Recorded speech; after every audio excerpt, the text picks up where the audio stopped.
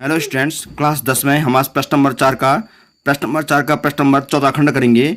14 खंड किताब में आप देखिए क्या लिखा हुआ है। प्रश्न है, एक राजमार्ग पर दो स्थान ए और बी 100 किलोमीटर की दूरी पर हैं। एक कार ए से तथा दूसरी कार बी से एक ही समय चलना आरंभ करती हैं। एक कार ए से, ए और बी कोई स्थान है, यानी कि एक राजमार्ग पर दो स्थान ए और बी हैं। मीन्स कोई रास्ता है, कोई राजमार्ग है, सॉरी कोई राजमार्ग है, वहाँ पर एक स्थान है, उसका नाम है ए स्थान ए, एक स्थान बी, दो स्थान है। तो उनके बीच की दूरी कितनी है? 100 किलोमीटर है। तो एक राजमार्ग पर दो स्थान ए और बी 100 किलोमीटर की दूरी पर है। मीन्स ए और बी के बीच की दूरी 100 किलोमीटर है। एक कार ए से और दूसरी कार बी से एक ही समय चलना आरंभ करती हैं। यदि ये कारें भिन्न भिन्न चालों से एक ही दिशा में चलती हैं तो वे 5 घंटे बाद मिलती हैं। दूसरा, यदि वे विपरीत दिशा में चलती हैं तो 1 घंटे पश्चात मिलती हैं। दोनों कारों की चाल ज्ञात कीजिए। दोनों कार में से जो पहली कार है, दूसरी कार है, मीन्स जो कार स्थान ए पर खड़ी है और दूसरी कार जो स्थान बी पर है, मीन्स दो स्थान है ए और बी। उन दो स्थान ए और बी के बीच की दूरी 100 किलोमीटर है। और एक कार स्थान ए पर खड़ी है, एक कार स्थान बी पर क्या खड़ी हुई है, और दोनों स्थानों के बीच की दूरी 100 किलोमीटर है। अब ए और बी में जो कारें खड़ी हैं वो चलना आरंभ कर रही हैं। जो चलना आरंभ कर रही हैं तो यहाँ पर दो शर्तें क्या हैं कि एक कार ए से और दूसरी कार बी से एक ही समय चलना आरंभ करती है। यदि ये कारें, पहले शर्त ये है, यदि ये कारें भिन्न भिन्न चालों से, उनकी स्पीड अलग है, यानी दोनों की चाल समान नहीं है। यदि ये कारें भिन्न भिन्न चालों से एक ही दिशा में चलती हैं तो वे 5 घंटे पश्चात मिलती हैं। और दूसरी शर्त यहाँ से है, यदि वे विपरीत दिशा में चलती हैं तो 1 घंटे पश्चात मिलती हैं। ये दूसरी शर्त। पहली शर्त क्या है कि 5 घंटे पश्चात मिलती हैं, दूसरी है कि 1 घंटे पश्चात मिलती हैं। लेकिन पहले शर्त क्या है कि एक ही दिशा में चलती हैं। पहली शर्त यह है कि कारें एक ही दिशा में चलती हैं तो 5 घंटे पश्चात मिलती हैं, जबकि दूसरी शर्त में यह है विपरीत दिशा में चलती हैं कारें तो 1 घंटे पश्चात मिलती हैं। दोनों कारों की चाल ज्ञात कीजिए। तो माना कार जो स्थान ए पर खड़ी है उसकी चाल x मान लीजिए, और जो कार स्थान बी पर खड़ी है उसकी चाल क्या y मान लीजिए। यानी कि स्थान ए पर खड़ी कार की चाल x किलोमीटर प्रति घंटा और स्थान बी पर खड़ी कार की चाल क्या y किलोमीटर प्रति घंटा। लेकिन यहाँ मैंने इसको लिख दिया शॉर्ट में थोड़ा। माना पहली कार की चाल x किलोमीटर प्रति घंटा और दूसरी कार की चाल y किलोमीटर प्रति घंटा। पहली कार में से जो स्थान ए पर खड़ी है और दूसरी कार में से जो स्थान क्या बी पर खड़ी है। अब स्थानों ए और बी के बीच की दूरी कितनी है? 100 किलोमीटर। अब देखिए दोनों स्थानों ए और बी के बीच दूरी 100 किलोमीटर है। लेकिन पहले शर्त यह है, यदि ये कारें भिन्न भिन्न चालों से एक ही दिशा में चलती हैं तो 5 घंटे पश्चात मिलती हैं। मीन्स पहले शर्त यह है, यदि ये कारें क्या करती हैं, एक ही दिशा में चलती हैं। ध्यान रहे, मान लीजिए कि दो स्थान है ए और बी। अब जब कारें वहां से चलना शुरू करेंगी, मान लीजिए पहले शर्त यह है कि ये दोनों कारें क्या चलती हैं, एक ही दिशा में चलती हैं। एक ही दिशा में चल रही मीन एक ही डायरेक्शन में जा रही हैं। जब एक ही डायरेक्शन में जा रही हैं तो 5 घंटे बाद दोनों कारें क्या हो रही हैं, मिल जा रही हैं। मीन्स एक कार की स्पीड थोड़ा कम होगी, शायद एक की स्पीड थोड़ा ज़्यादा होगी। जो ज़्यादा स्पीड चल रही होगी वो उसको 5 घंटे बाद क्या कर रही होगी, वहाँ पर उसके साथ मिल रही होगी। यानी कि जब दोनों कारें एक ही दिशा में जा रही हैं तो 5 घंटे पश्चात क्या हो रही है, मिल रही हैं। कहना मतलब ये है, मान लीजिए ये राजमार्ग है, ये स्थान ए स्थान है, यह स्थान बी है। एक कार यहाँ पर खड़ी है स्थान ए पर, एक कार यहाँ पर खड़ी है स्थान क्या बी पर। पहली शर्त में दोनों कारें क्या कर रही हैं, एक ही दिशा में जा रही है। मीन्स ये कार भी जा रही है इस तरफ और ये कार भी आ रही है क्या, इस तरफ। और ये दोनों कारें जब इस तरफ जा रही हैं, सेम डायरेक्शन में जा रही हैं, तो 5 घंटे बाद क्या हो रही हैं, वो मिल रही हैं। यानी हम पहले देखेंगे कि दोनों कारें 5 घंटे में कितनी दूर गई। यानी ये भी 5 घंटे तक चली पहली कार जो ए पर है, और ये भी 5 घंटे चली दूसरी कार जो कि स्थान बी पर है। लेकिन जब दोनों कारें पहले एक ही दिशा में चलती हैं तो 5 घंटे बाद मिलती हैं। आप समझ जाओ, पहले हम ये पता करेंगे कि दोनों कारें 5 घंटे बाद कितनी दूर पहुंच गई। यानी कि पहली कार 5 घंटे चली, दूसरी कार 5 घंटे चली, और दोनों कारें हम देखेंगे कि 5 घंटे बाद कितनी दूर पहुंच गई। यानी पहले कार द्वारा 5 घंटे में चली गई दूरी कितनी है और दूसरी कार द्वारा 5 घंटे में चली दूरी कितनी है, क्योंकि वो कह रहा है कि 5 घंटे बाद मिल रही हैं दोनों कारें। तो हम पहले यहाँ पता करेंगे कि पहली कार जो कि ए पर है वो 5 घंटे में कितनी दूर गई, और जो दूसरी कार बी है वो भी 5 घंटे में कितनी दूर गई। और तो हम देखेंगे क्या हो रहा है। तो देखिए पहली कार द्वारा 5 घंटे में चलेगी दूरी 5x किलोमीटर। क्यों? पहली कार द्वारा 5 घंटे में चली दूरी किसे बोलते हैं, चाल गुणा गए समय। दूरी का सूत्र क्या होता है, चाल गुणा गए समय। चाल कितनी है इसकी, x। पहले कार की चाल कितनी है, हमने मान रखी x मान रखी है, जबकि समय कितना है, 5 घंटे चली वो। तो पहली कार की चाल x है, समय 5 घंटे है, तो 5x गुणा 5 यानी कि 5x हो गया। दूरी बराबर चाल गुणा है समय। चाल x है, समय 5 है, तो x को 5 से मल्टीप्लाई किया तो आ गया 5x। तो पहली कार द्वारा 5 घंटे में चलेगी दूरी बराबर 5x किलोमीटर की दूरी है तो किलोमीटर आएगा। और दूसरी कार द्वारा 5 घंटे में चलेगी दूरी बराबर 5 किलोमीटर, क्योंकि दूसरी कार चली 5 घंटे ये भी, और दूसरी कार की चाल कितनी मान रखी हमने, y मान रखी है। तो दूसरी कार यानी कि जो b पर है, पहली कार जो कि स्थान a पर है, दूसरी कार जो स्थान b पर है, तो दूसरी कार द्वारा 5 घंटे में चलेगी दूरी बराबर चाल गुणा है समय, चाल y है, समय 5 है, 5y किलोमीटर। अब देखिए पहली कार गई 5 घंटे में 5x किलोमीटर और दूसरी कार गई 5 घंटे में 5y किलोमीटर। और ये कह रहा है कि 5 घंटे बाद दोनों क्या हो रहे हैं, मिल रही हैं। 5 घंटे बाद दोनों कारें मिल रही, मीन्स जब दोनों कारें एक ही दिशा में चल रही हैं तो उनके बीच की दूरी आएगी माइनस में। ध्यान रहे, कहीं पर भी जब दो कारें, दो बसें या दो व्यक्ति एक ही दिशा में चल रहे हों या दौड़ रहे हों तो उनके बीच की दूरी क्या आती है, माइनस में आती है। और जब दो कारें, दो बसें या दो व्यक्ति एक दूसरे के विपरीत आ रहे हों, विपरीत डायरेक्शन में एक दूसरे की तरफ आ रहे हों तो दूरी क्या हो जाती है, माइनस में जाती है। यहां पर देखिए चूंकि दोनों कारें एक ही दिशा में जा रही हैं, उसने प्रश्न में कितना ये कहा है, इस शर्त में कि दोनों कारें क्या हो रही हैं, एक ही दिशा में चल रही हैं। तो एक ही दिशा में चल रही हैं तो क्या आएगी 5x यानी कि आएगा जो है 5x minus 5y equal to 100, क्योंकि दूरी कितनी है, 100 है इनके बीच दूरी। तो 5x माइनस 5y बराबर 100, क्योंकि ये दूरी पहले कार की है, ये दूरी दूसरे कार की है, कुल दूरी क्या है 100 है। तो 5x माइनस 5y, माइनस क्यों लगाया, क्योंकि मैंने आपको बोल दिया है क्योंकि दोनों कारें एक ही दिशा में चल रही हैं तो माइनस आएगा। अगर दोनों कारें विपरीत दिशाओं में जाएंगी तो क्या आएगा, प्लस आएगा।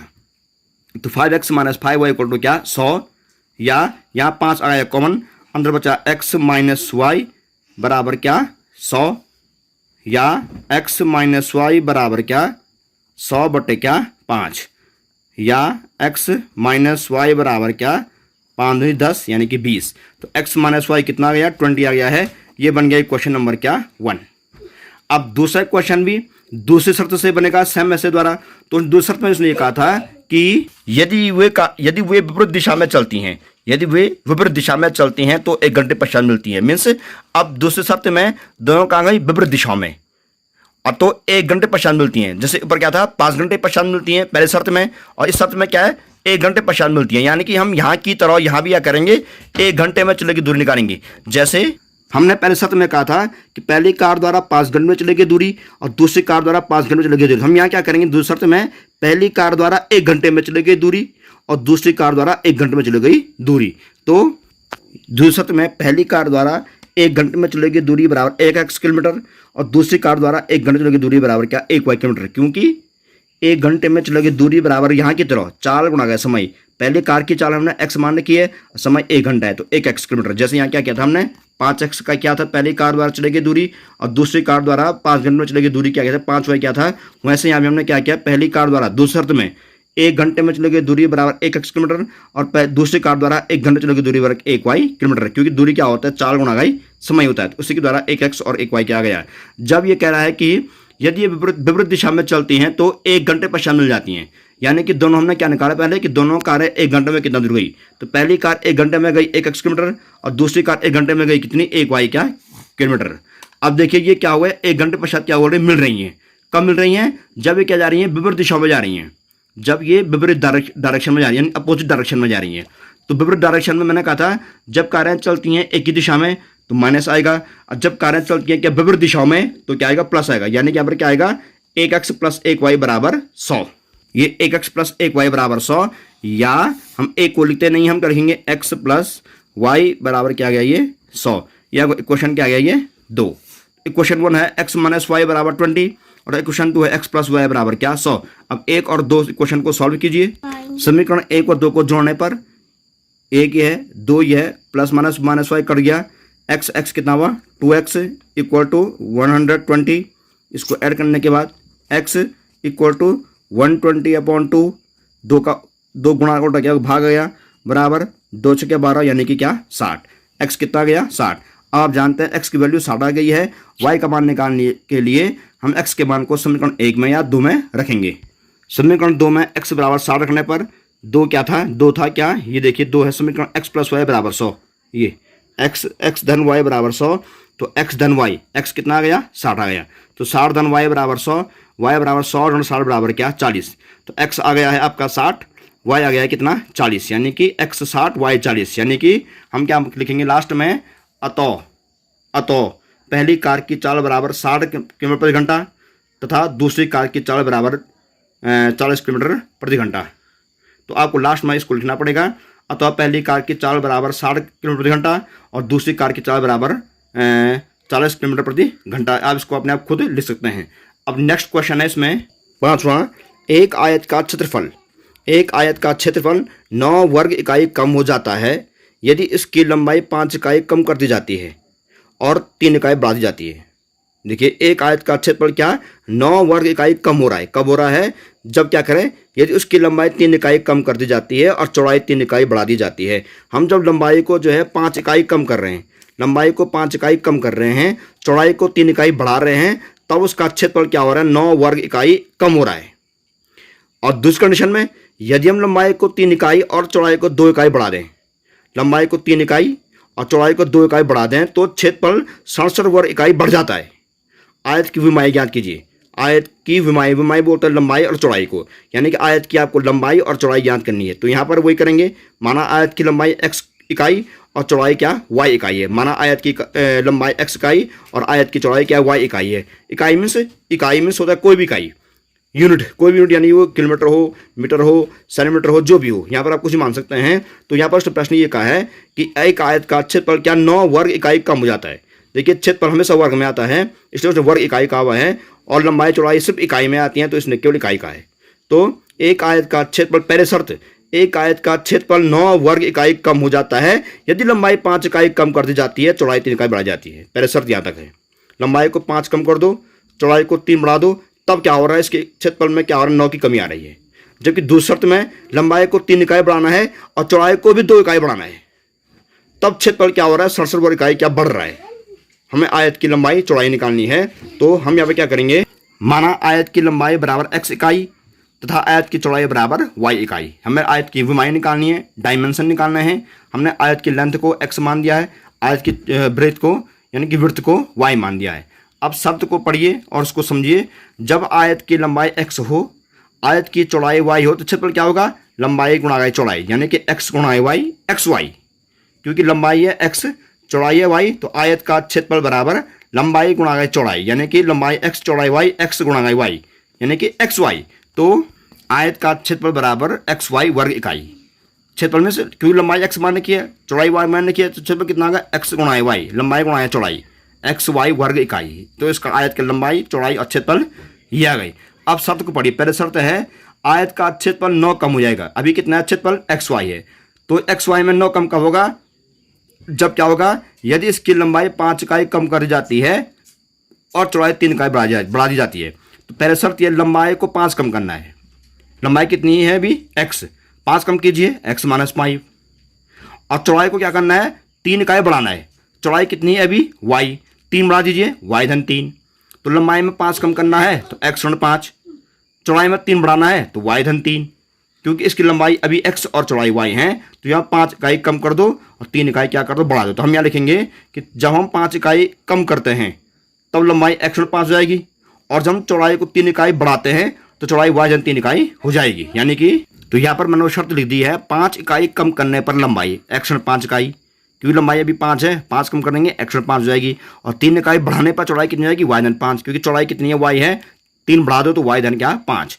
तो लंबाई में 3 कमी कर दी है, चौड़ाई में 5 क्या बढ़ा दी है। तो अब यहाँ पर लंबाई x थी, चौड़ाई y थी, तो क्षेत्रफल xy हो गया, x गुणा y हो गया, लंबाई गुणा चौड़ाई हो गई। अब यहाँ पर लंबाई x ऋण 5 है, चौड़ाई y धन 5 है, तो कितना होगा क्षेत्रफल? लंबाई गुणा चौड़ाई। जैसे यहाँ पर हमने लंबाई गुणा चौड़ाई क्या, xy क्या, वैसे क्या होगा? लंबाई गुणा चौड़ाई, यानी x ऋण 5 गुणा y धन 5। यानी कि अब कितना होगा आयत का क्षेत्रफल? आयत का क्षेत्रफल बराबर लंबाई गुणा चौड़ाई, लंबाई x ऋण 5, चौड़ाई y धन 5, यानी कि x ऋण 5 गुणा y धन 5, लंबाई गुणा चौड़ाई। अब इसका क्षेत्रफल लिए, इसको गुणा कीजिए। आप जानते हैं बहुपद को हम बहुपद से गुणा कैसे करते हैं। पहले यहाँ कीजिए थोड़ा शॉर्ट में, x को y से कीजिए गुणा, xy, x को 5 से गुणा कीजिए, धन 5x। पहले x को y से और x को 5 से, फिर ऋण 5 को y से, ऋण 5 को 5 से। तो x को y से कीजिए xy, x को 5 से कीजिए धन 5x। अब ऋण 5 की बारी है, ऋण 5 को y से गुणा कीजिए, ऋण 5y, और ऋण 5 को 5 से गुणा कीजिए, प्लस माइनस का माइनस, 5 बजिए 25, ये आएगा इसका वर्ग इकाई। हम इसको बोलेंगे क्या? वर्ग इकाई, इकाई स्क्वायर या वर्ग इकाई। तो यह आयत का क्षेत्रफल जब लंबाई x माइनस 5 और चौड़ाई y धन 5 था। तो इसको अब देखिए, प्रश्न ये कहा है कि यदि अब देखिए शर्त के अनुसार हम काम करेंगे। यदि लंबाई में 5 कम कर दिया जाए, चौड़ाई को 3 बढ़ा दिया जाए, सॉरी यहाँ पर एक गलती हो गई है, यहाँ पर 3 होना था, चौड़ाई में 3 बढ़ाना था हमने, ये y धन 3 होगा, ये पूरा गलत हो गया है। अब ये सही हो गया है। x को y से गुणा कीजिए xy, x को 3 से गुणा कीजिए 3x, ये 3x है, और -5 को y से गुणा कीजिए -5y, और -5 को 3 से मल्टीप्लाई कीजिए -15, 5 या 15 ऋण 15 वर्ग इकाई। तो ये है, क्योंकि यहाँ पर +3 होना था इसने, क्योंकि हमें 3 इकाई बढ़ाना था, तो हमने वो 3 इकाई क्या बढ़ा दिया है, y धन 3 कर दिया है।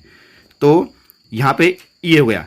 अब शर्त ये है, यदि लंबाई को 5 कम कर दें, चौड़ाई को 3 बढ़ा दें, तो क्षेत्रफल में क्या होता है, क्षेत्रफल 9 वर्ग इकाई कम हो जाता है। उसने कहा था प्रश्न में कि क्षेत्रफल क्या 9 वर्ग इकाई कम हो जाता है। मीन्स जो ये क्षेत्रफल है, 3 लंबाई को 5 कम करने के बाद, चौड़ाई को 3 बढ़ाने के बाद जो क्षेत्रफल है वो इस क्षेत्रफल से क्या हो जाता है, 9 कम हो जाता है। यानी कि ये क्षेत्रफल इस क्षेत्रफल से 9 कम है। प्रश्नानुसार जो ये क्षेत्रफल है, वो ये क्षेत्रफल इस क्षेत्रफल से क्या 9 कम है। यानी कि ये क्षेत्रफल, यानी कि xy + 3x - 5y - 15, ये क्षेत्रफल बराबर इस क्षेत्रफल से, मूल क्षेत्रफल है xy, इससे क्या 9 कम है, ऋण 9। तो ये क्षेत्रफल बराबर उस क्षेत्रफल से 9 कम, यानी कि -9 कर दिया। बस ये बन गया इसका क्या, इक्वेशन बन गया। इसको सॉल्व कीजिए, x + xy दोनों कट जाएंगे, ये xy कटेंगे। अब इक्वेशन बनाओ, 3x - 5y = -9 + 15। हम जानते हैं xy बराबर के बाएं रहेंगे और संख्याएं बराबर के दाएं आएंगी। तो 3x - 5y को रहने दिया, बराबर -9 भी यहीं पर है, 15 को हम दाएं तरफ बढ़ाए, ऋण 15 का क्या हो गया, धन 15 हो गया। या 3x ऋण 5y बराबर कितना हुआ, ये 6। ये आ गया क्वेश्चन नंबर क्या, 1। अब ऐसा ही हम क्वेश्चन नंबर 2 के लिए भी करेंगे। जब ऐसा हुआ था तो ये हो गया। अब उसने इसके बाद क्या कहा, उसको भी गौर कीजिए कि दूसरी कंडीशन, यदि हम लंबाई को 3 इकाई और चौड़ाई को 2 इकाई बढ़ा दें, तो क्षेत्रफल 67 वर्ग इकाई बढ़ जाता है। इस कंडीशन में हमें कम नहीं करना है, लंबाई को 3 बढ़ाना है, चौड़ाई को भी क्या करना है, 2 बढ़ाना है। तो लंबाई को भी 3 बढ़ा दिया, धन 3 कर दिया, चौड़ाई को भी 2 बढ़ा दिया, यानी कि धन 2 कर दिया। यानी कि पुनः 3 इकाई बढ़ाने पर लंबाई को 3 बढ़ा दो। लंबाई कितनी मान रखी है हमने, x, देखिए लंबाई हमने x मान रखी है, 3 बढ़ा दो, x धन 3। हमने चौड़ाई को y मानना का है, 2 बढ़ा दो तो y धन 2। इस दूसरी शर्त में, दूसरी शर्त देखिए यहाँ पे, 3 इकाई बढ़ाने पर लंबाई x धन 3 इकाई, और 2 इकाई बढ़ाने पर चौड़ाई, बढ़ाने पर क्या, चौड़ाई, क्योंकि चौड़ाई को उसने 2 बढ़ाने के लिए कहा था, 2 इकाई बढ़ाने पर चौड़ाई बराबर y धन 2 क्या, इकाई। तो लंबाई को 3 बढ़ा दिया, चौड़ाई को 2 बढ़ा दिया। अब कितना होगा क्षेत्रफल, अब लंबाई ये है, चौड़ाई ये है, तो कितना होगा क्षेत्रफल, आयत का क्षेत्रफल होगा लंबाई गुणा गई चौड़ाई, यानी कि x धन 3 गुणा गई y धन 2। तो आयत का क्षेत्रफल बराबर लंबाई गुणा गई चौड़ाई, लंबाई x + 3, चौड़ाई y + 2, लंबाई गुणा गई क्या, चौड़ाई। अब इनको मल्टीप्लाई कीजिए आपस में, फिर ऐसे ही ऊपर की तरह। तो गुणा करेंगे हम कैसे, x को पहले y से, x को फिर 2 से, ऐसे 3 को पहले y से, 3 को फिर क्या, 2 से। तो x को y से गुणा कीजिए xy, x को 2 से गुणा कीजिए धन 2x, फिर 3 को y से गुणा कीजिए धन 3y, फिर 3 को 2 से गुणा कीजिए धन क्या, 6। तो ये आ गया क्या, वर्ग इकाई। क्या आ गया, ये वर्ग इकाई या इकाई वर्ग। तो हमने इसको कर दिया है। तो यहाँ पर शर्त उसने ये कही थी कि अब क्षेत्रफल क्या हो रहा है, 67 वर्ग इकाई बढ़ जाता है। जो ये क्षेत्रफल है, ये क्षेत्रफल, क्योंकि हमने लंबाई को 3 बढ़ा दिया, चौड़ाई को भी 2 बढ़ा दिया, तो जब क्षेत्रफल आया, ये क्षेत्रफल इस क्षेत्रफल जो शुरू में था, इस क्षेत्रफल से 67 बढ़ जाता है, 67 वर्ग इकाई बढ़ जाता है। जैसे इसमें क्या आया था कि 9 कम हो रहा था, यहाँ पर 9 कम हुआ था, यहाँ पे 9 कम क्या था हमने, तो यहाँ -9 क्या था, लेकिन यहाँ पर क्या हो रहा है, 67 बढ़ रहा है। तो इस कंडीशन में क्या करेंगे, ये क्षेत्रफल उस क्षेत्रफल से 67 क्या बढ़ रहा है, यानी कि ये क्षेत्रफल बराबर वो क्षेत्रफल, यानी कि xy धन 67। तो प्रश्नानुसार xy + 2x + 3y + 6 = xy + 67, ये क्षेत्रफल उस क्षेत्रफल से 67 क्या अधिक बढ़ जाता है। अब देखिए +xy कट गए, क्या बचा है, देखिए हैं 2x धन 3y बराबर 67 ऋण क्या 6, 2x + 3y = 67, प्लस को यहाँ कीजिए -6 आएगा, 2x प्लस क्या 3y = 61, 67 से 6 कम करो, क्या आ गया, 61 आ गया। यह आ गया क्वेश्चन नंबर क्या 2। तो समीकरण 1 भी बना दिया हमने और समीकरण क्या 2 बना दिया। अब इसको सॉल्व कीजिए। सॉल्व करने के लिए हम देख रहे हैं यहाँ पे हम इसको सॉल्व किस तरह से कर सकते हैं। हमें इसको विलोपन से अगर हल करना है तो समीकरण 1 को गुणा करना पड़ेगा। आपको किससे गुणा करना पड़ेगा, यहाँ पे 3 से, तो 5 या 15 हो जाएगा। और यह गुणा करना पड़ेगा आपको 5 से, तो 5 या 15 हो जाएगा। तो 15 क्या हो जाएंगे, कट जाएंगे। बिलो 1 बजे हम कैसे सॉल्व करते हैं मैंने आपको विस्तार से कुछ पहले के वीडियो में समझा रखे हैं। तो यहाँ पर हम इसको सॉल्व करेंगे। तो हम पहले क्या करेंगे, समीकरण 1 को 3 से गुणा करेंगे, 3 5 से 15 हो जाएगा। और समीकरण 2 को 5 से गुणा करेंगे, 5 या 15 हो जाएगा। 15y धन 15y ऋण 15y दोनों क्या कर सकते हैं। तो हम इसको कैसे लिखेंगे, मैं पूरा लिखने के साथ समीकरण 1 को 3 से तथा समीकरण 2 को 5 से गुणा करने पर, तो गुणा कीजिए। तो यहाँ में गुणा कर दिया है, इसको 3 से गुणा कर दिया है, इसको 5 से गुणा कर दिया है। हम गुणा कैसे करते हैं वो भी आप जानते होंगे। प्लस ऋण 15y धन 15y को काट दिया है, 10 9 19, 19x बराबर, इनको जोड़िए, 8 5 यहाँ से 1 1 1 2 और 300 क्या 23। x इक्वल टू 323/19 भाग करके आ गया कितना 17। x आगे कितना 17 आ गया है। अब x का मान निकाल दिया है। अब y का मान निकालने के लिए इस मान को हम करेंगे समीकरण क्या 1 में या 2 में रखेंगे। समीकरण 2 में x बराबर 17 रखने पर अब 2 में समीकरण का इस मान को रखिए। समीकरण 2 है 2x + 3y = 61, 2x + 3y = 61। 2 × x, x कितना है 17, 2 × x 2x + 3y = क्या 61 या 17 दूनी 34 धन 3y बराबर 61 या 3y बराबर 61 ऋण 34 बराबर यहाँ लिखेंगे 3y = 61 - 34 = क्या 27 या y = 27/3 = क्या 9, 3 9 27। तो y कितना आ गया 3, x आ गया 17, y आ गया 3। तो यहाँ रखेंगे मान को। अतः आयत की लंबाई बराबर 17 इकाई और आयत की चौड़ाई बराबर 9 इकाई, क्योंकि x का मान 17 और y का मान क्या 9 आया है। अतः आयत की लंबाई बराबर 17 इकाई तथा आयत की चौड़ाई बराबर 9 इकाई, जो इसका आंसर है। अब हम इस एक्सरसाइज को सॉल्व कर चुके हैं। अब आगे हम देखेंगे दो चरों के रैखिक समीकरणों के युग्म में बदले जा सकने वाले समीकरण। तो 3.6 को हम इसके बाद सॉल्व करेंगे। आज आप जो मैं आपको समझाएं, आज इन दोनों प्रश्नों को समझेंगे, उनको फिर कोई में सॉल्व करेंगे। अगले दिन फिर मिलेंगे, तब तक के लिए गुड बाय।